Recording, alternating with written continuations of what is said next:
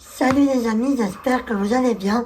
Aujourd'hui, on continue dans l'aventure avec mon activité de prof de danse qui s'appelle la biodanza.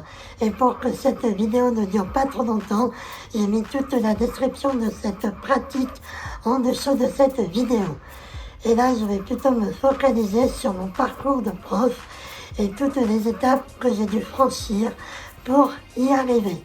J'ai découvert la biodanza fin 2017 et en septembre 2018, j'ai choisi de faire une formation de 4 ans pour devenir professeur. Et là, je suis en supervision, ça veut dire que j'ai un groupe, une salle, et une fois par mois, le professeur vient me superviser pour voir si tout va bien. Et il y a 8 supervisions. Et là, il me reste plus que 2 supervisions et j'ai enfin mon diplôme. Et le premier problème que j'ai pu rencontrer, c'était en 2021, où une ancienne amie à moi de la biodanza m'avait dit que je n'avais pas besoin de mettre de masque, car les autorités ne me diraient pas de le remettre, car comme je suis handicapée, je vaux moins que les autres, que je n'arriverai jamais à devenir professeur et que personne ne viendrait comme je suis handicapée. Et que dans le groupe de l'école, personne ne pouvait me comprendre car à cause de ce que je suis. Elle était pas très respectueuse envers moi.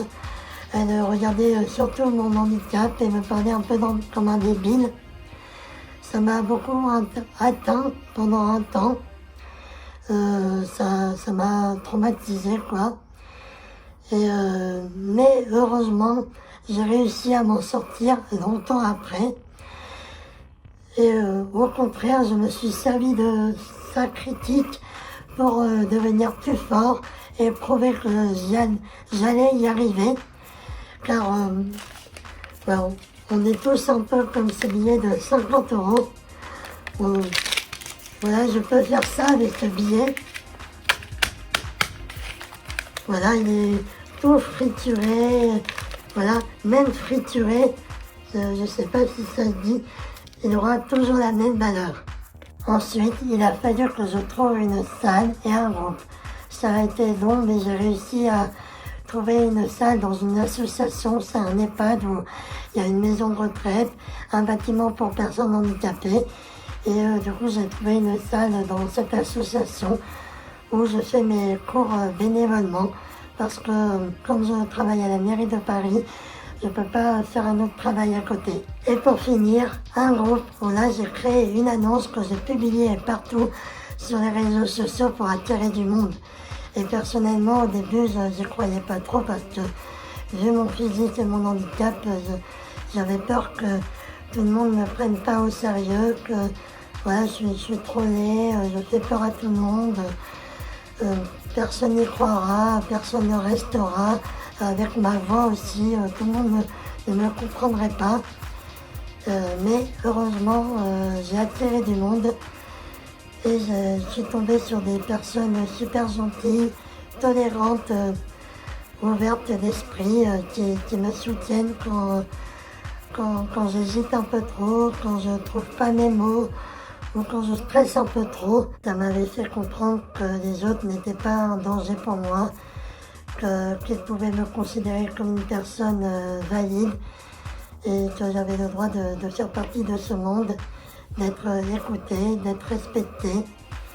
Et bon, au début c'était un peu difficile, fatigant, j'étais un peu stressée, timide, mais au fur et à mesure j'ai pris plus de confiance, d'assurance.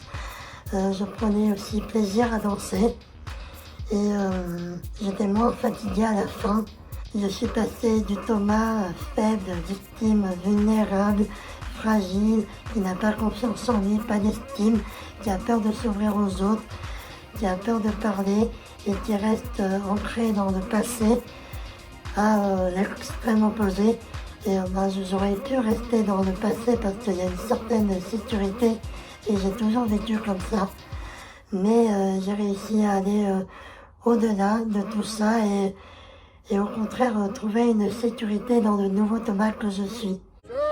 Cependant, J'ai dû faire face à plusieurs types de personnes car je pensais que gérer des adultes serait plus facile que de gérer des enfants, mais non, car entre celles qui n'arrêtent pas de m'interrompre pour me poser des questions, pour parler, qui sont impatientes, elles ne peuvent pas attendre, et celles qui se permettent de me dire comment je pourrais faire certains exercices ou voilà. Et donc du coup je devais savoir comprendre pourquoi elles agissent comme ça pour ne plus que ça se reproduise.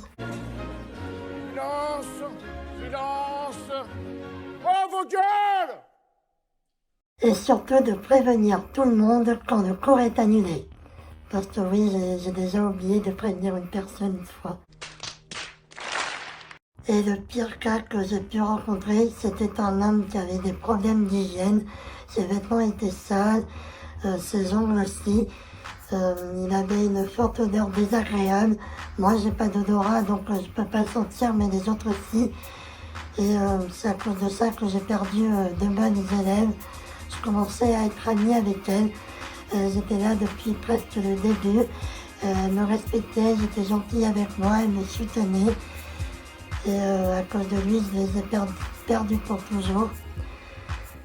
Et du coup, j'ai dû lui parler en lui disant, soit tu changes, soit tu t'en vas, parce que je peux pas te garder si tu fais fuir mes élèves.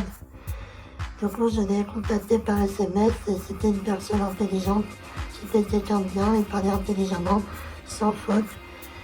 Et il n'avait pas vraiment conscience de cette odeur et il ne savait pas trop quoi faire pour changer ça. Et quand tu dis ça, t'as juste envie de lui dire, prends ta douche du con. Mais je pense que c'était surtout un SDF. Et il venait d'OBS, un site où on peut faire des sorties. Et il fait beaucoup de sorties comme des balades, tout ça. Donc il doit dans un bar prendre un ordinateur et pouvoir y accéder. Et je pense que c'est là qu'il a dû tomber sur ma pratique. Et ça m'a fait beaucoup de peine pour lui. Et j'aurais bien voulu qu'il reste, mais j'ai pas pu le garder. Ça m'avait foutu le moral à zéro et j'avais envie d'abandonner. Je pensais comme en Amazonie où j'avais envie d'abandonner, de regretter ce que j'avais fait. Je me disais pourquoi j'avais fait ça, c'est pas pour moi, j'aurais pas dû. Mais maintenant je peux plus retourner en arrière. Il n'y a plus de plan B. Je suis obligée d'avancer et justement c'est quand il n'y a plus de plan B qu'on apprend vraiment à se connaître et à dépasser ses limites et ses peurs. J'y vais avec l'envie de gagner et non de perdre. Et je sais que c'est en cherchant la facilité dans les moments difficiles qu'on n'y arrivera jamais. Et je pense pas que ma vie soit plus facile qu'avant, c'est juste que c'est moi qui ai choisi de devenir plus fort. Et voilà les gens, c'est la fin de cette vidéo, j'espère qu'elle vous aura plu. Et nous on se retrouve pour une nouvelle vidéo, je sais pas quand, mais j'ai des idées dans la tête. Donc voilà, à bientôt.